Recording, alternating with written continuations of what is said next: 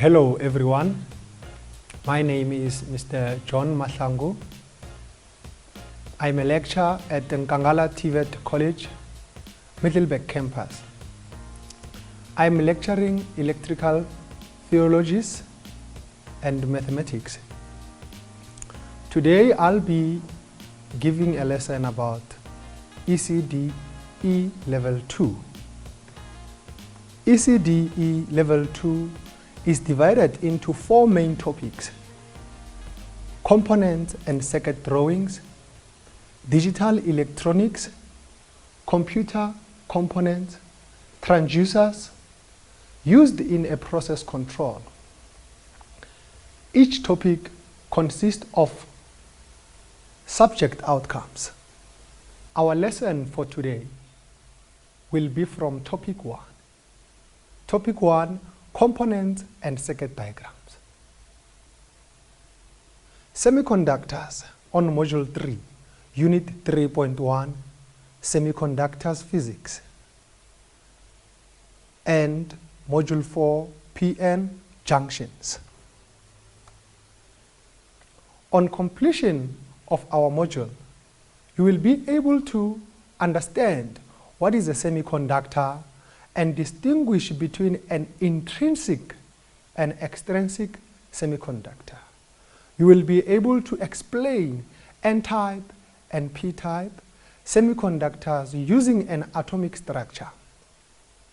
You will be able to explain the meaning of majority and minority charge carrier. You will also be able to understand PN junctions. For starters, grab your books, grab your pen, and we are about to start. Semiconductors.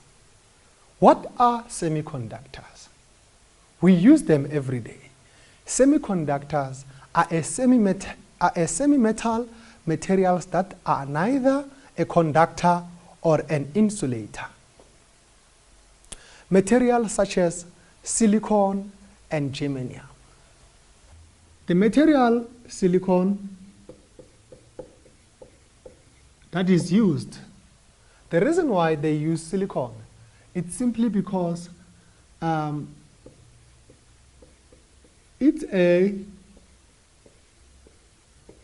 type of material that can sustain heat.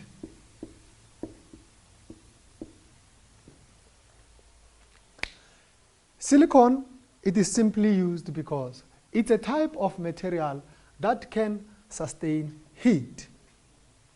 Semiconductors are used in manufacturing of electronic devices such as transistors, computers, radio. They play a huge role in today's modern electronics. Just like any other electronic devices, semiconductors has got properties. Properties of a semiconductor. The resistivity of a semiconductor is less than that of an insulator, but more than that of a conductor. Semiconductors have a negative temperature coefficient of a resistance. That means the resistance of a semiconductor decreases with an increase in temperature. This means that when the temperature goes up,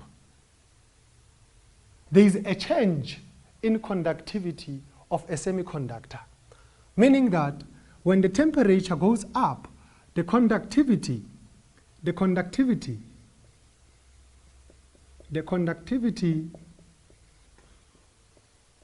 of the material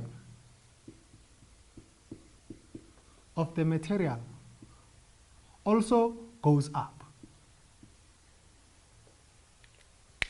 When a suitable metallic impurity such as arsenic, gallium is added to a semiconductor, its current conducting properties change considerably.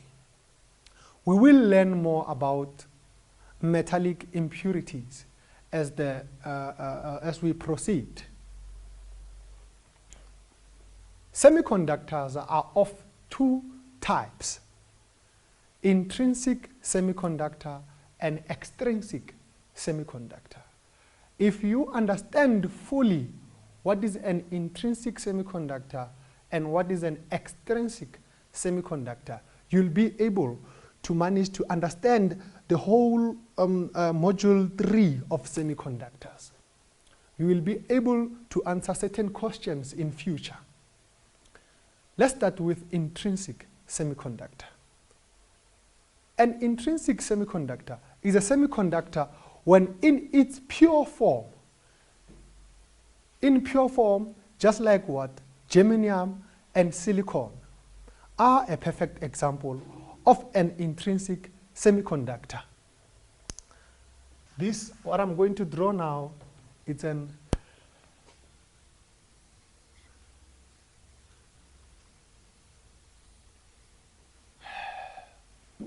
this here, it's a germanium.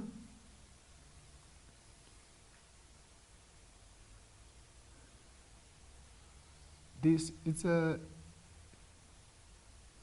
germanium. I will explain it into details in order for you at home to understand.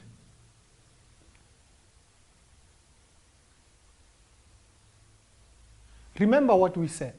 We said that intrinsic semiconductor is when a semiconductor is in pure form. In this case, a germanium is a semiconductor. When you have this type of crystal structure of a germanium, we consider it to be in what? In pure form. We consider it to be in pure form. On your TV right now, you are seeing a two-dimensional representative of a germanium crystal structure. In order for us to understand an intrinsic semiconductor further, if you can look at this structure here, you see a GE. This stands for a germanium atom. In this case, when you build an intrinsic semiconductor, valence electrons are shared around the crystal. If you can see, these ones are what? Are valence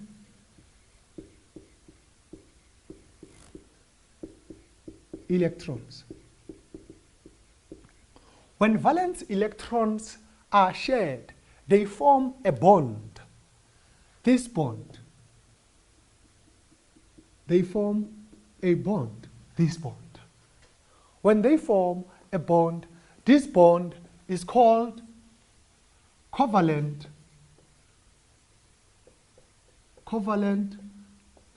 bonding.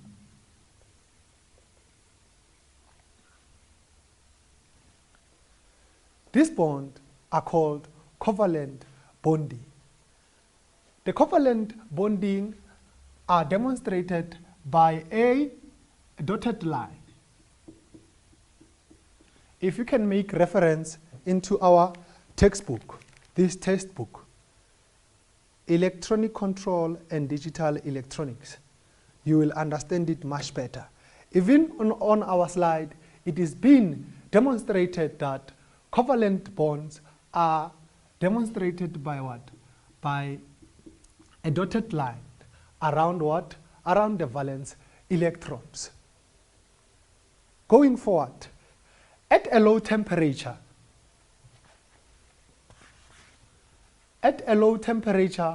all valence electrons are tightly held by a covalent bond. And this means that the valence electrons cannot move in the crystal.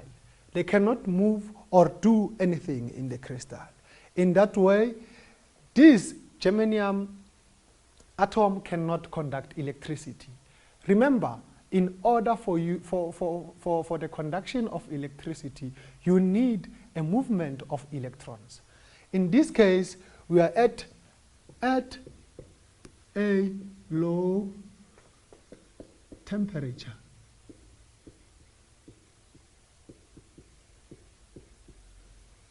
At a low temperature.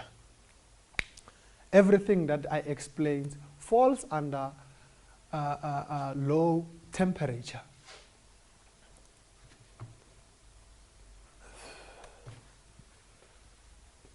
Now, going back to our slides, if the temperature is increased to room temperature, some of the covalent bonds are broken.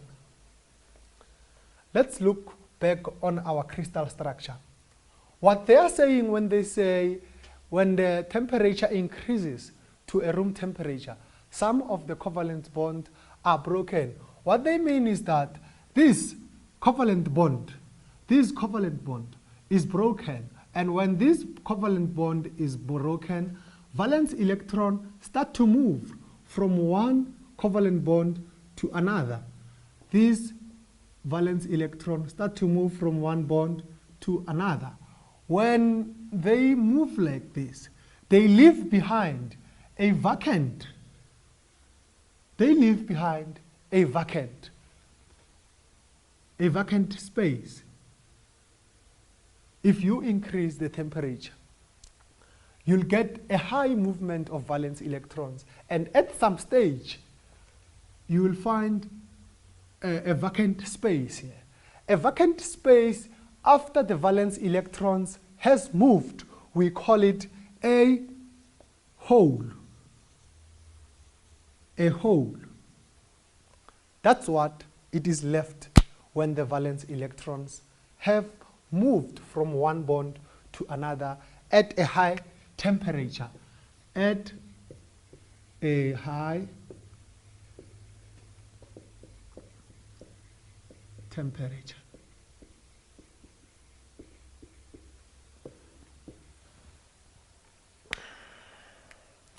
Going back to our slide, to further understand what happens if the temperature it is high.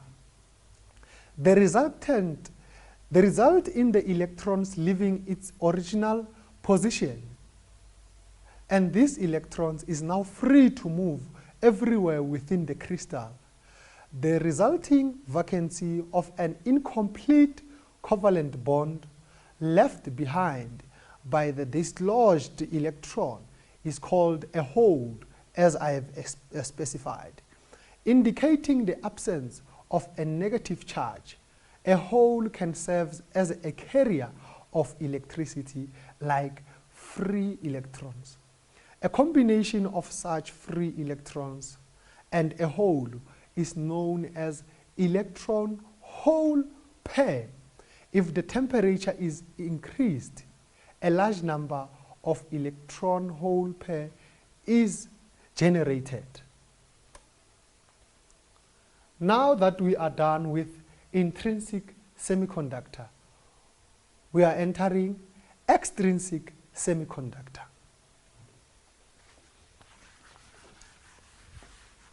Extrinsic semiconductor. There are valence. Let's put this back.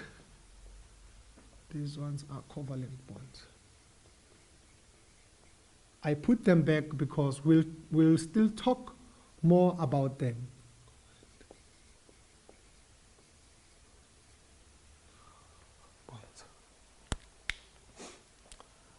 Back to extrinsic semiconductor. Extrinsic semiconductor. The result after the process of adding impure atoms to intrinsic semiconductor. At room temperature, the conductivity of an intrinsic semiconductor is very low.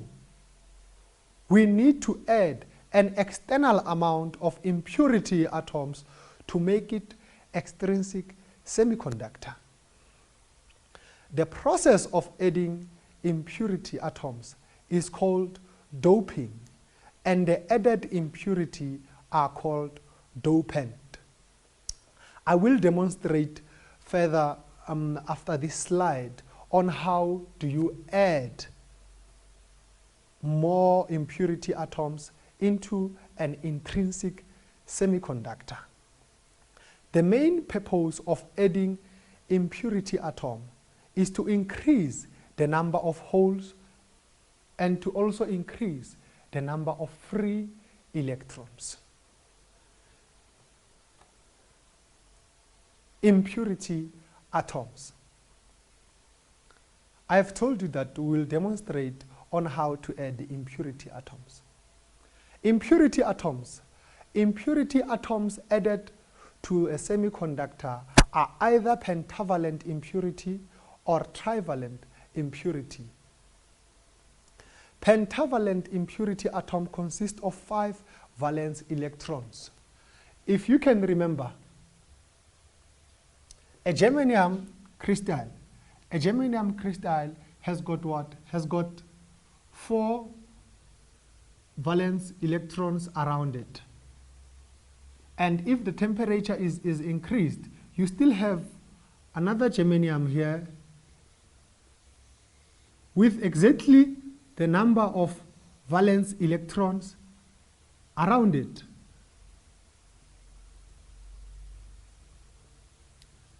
This trend continues with an increase in temperature. I want to explain what are impurity atoms on my board. Impurity atoms are divided into a pentavalent and a trivalent impurity atoms.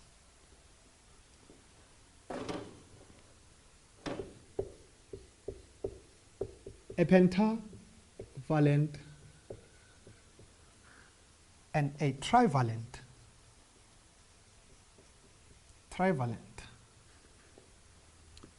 impurity atoms.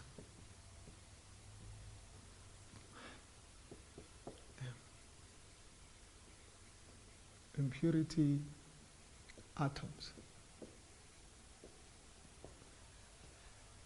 If you can check, here is a pentavalent, here is a trivalent. A pentavalent impurity atoms are atoms with 5 valence electrons. A trivalent are impurities with 3 valence electrons. I hope you are able to see clearly there at home and you are taking down notes. In this case, in order for us to find an extrinsic semiconductor, you need to add a number of impure atoms into an extrinsic semiconductor to make it an intrinsic semiconductor or to make it impure. Let's take, for instance, an aluminium. An aluminium has got 5 valence electrons. When you add an aluminium on a germanium, remember a germanium has got 4 valence electrons. It is pure because it is a complete atom with 4 valence electrons. When you add an aluminium into a germanium, this is what's going to happen. Over the 5 valence electrons, one valence electrons will be added here, the other valence electron will be added here, the other one here, the other one here, and the last valence electron will be a free electrons out of the crystal. Again, when you take a trivalent impurity atom and add it on a germanium or a silicon, the number of valence electrons of a germanium and the silicons are equal. So in this case, when you take, for instance, a phosphorus has got 3 valence electrons. When you add a phosphorus onto a germanium, what you get is that since well, it has got 3 valence electrons, 1 electron will be added here, another one will be added here, another one will be added here. Since well, there are 3, in this case, you'll be left with a hole here. And remember, for us to obtain a covalent bond, you need a pair of what? Of valence electrons. To understand the impurities is that the pentavalent electrons results into having an extra free electrons, and a trivalent impurities results into having a hole. That's the difference between a pentavalent and a trivalent impurities atoms. Below are an element of a pentavalent and what? And trivalent impurities. On element 1, we have a phosphorus, the one that we used here. A phosphorus, the one that we use here. We have an arsenic, we have an antimony, we have a bismuth. Under trivalent element, we have an aluminium. And aluminium is the one we made an example of here. The one we made an example here. And we also have a gallium, a boron, and indium. We have the N-type and the P-type semiconductor. The N-type semiconductor are semiconductors which are obtained by adding a pentavalent impurity atoms. Remember, the pentavalent impurity atoms, it is being achieved by having 5 valence electrons. So an N-type semiconductor is achieved by adding a pentavalent into what? A pentavalent impurity atom.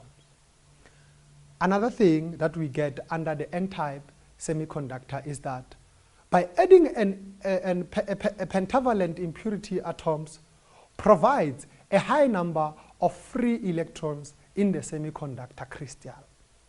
Such impurities are called donor impurities.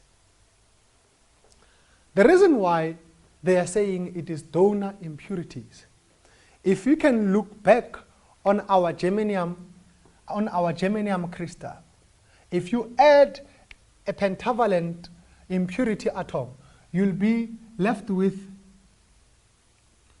a free electron. You'll be left with a free electron.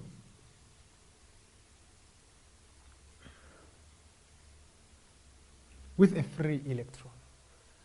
This electron, if it finds a covalent bond that is short of a valence electron, it will be donated into a covalent bond. That's the reason why they are calling the N-type semiconductor the donor's impurity. The 5th electron, as I have explained, will be called a free electron. The electrons in the N-type are known to be the majority charge carrier and the holes to be the minority charge carrier. Another reason why they are saying that electrons are a majority charge carrier and holes are a minority is that if the temperature is increased, you will have more of free electrons. You will have a free electron here. You will have another free electron. So these electrons become more in a crystal. This means that this N-type semiconductor has got electrons as its majority charge carrier and holes as its minority charge carrier. Now let's focus on P-type semiconductor. Semiconductor which are obtained by adding a trivalent impurity atom. By adding a trivalent impurity atom provides a high number of holes and a less number of free electrons in a semiconductor crystal. Such impurities are called acceptor impurities. In this case, if you have added a trivalent impurity in your germanium, remember, you will have what? You'll be left with a hole. When having a hole here, a free electrons, when the temperature is high, it will be added onto a germanium crystalline where there is a hole. In this case, the donor donates into the hole, and this covalent bond becomes an acceptor impurity atom. That's the reason why they are calling them an acceptor impurity atoms. After adding a trivalent impurity atoms, only 3 covalent bonds will be created, which will result into a hole in the P-type being majority charge carrier and electrons as a minority charge carrier. On your slide, you can see a demonstration of an N-type and a P-type semiconductor. Let's say this is an N-type, this is an N-type, and this is a P-type.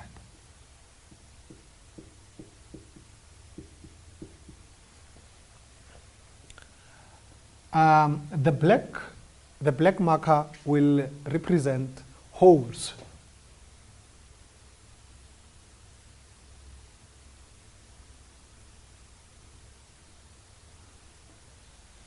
And the red marker will represent electrons.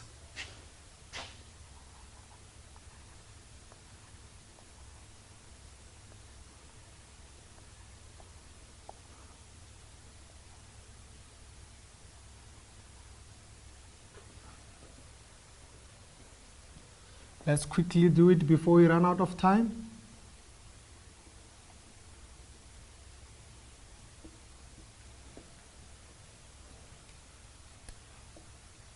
So in this case, what I'm trying to demonstrate is that the P-type material will have less number of electrons but high number of holes, and the N-type material will have a high number of electrons and less number of holes. Our lesson will end thus far. Catch us on our social media platforms, on WhatsApp, on Facebook, and Twitter. And you can also email us for any question you have. Thank you and goodbye.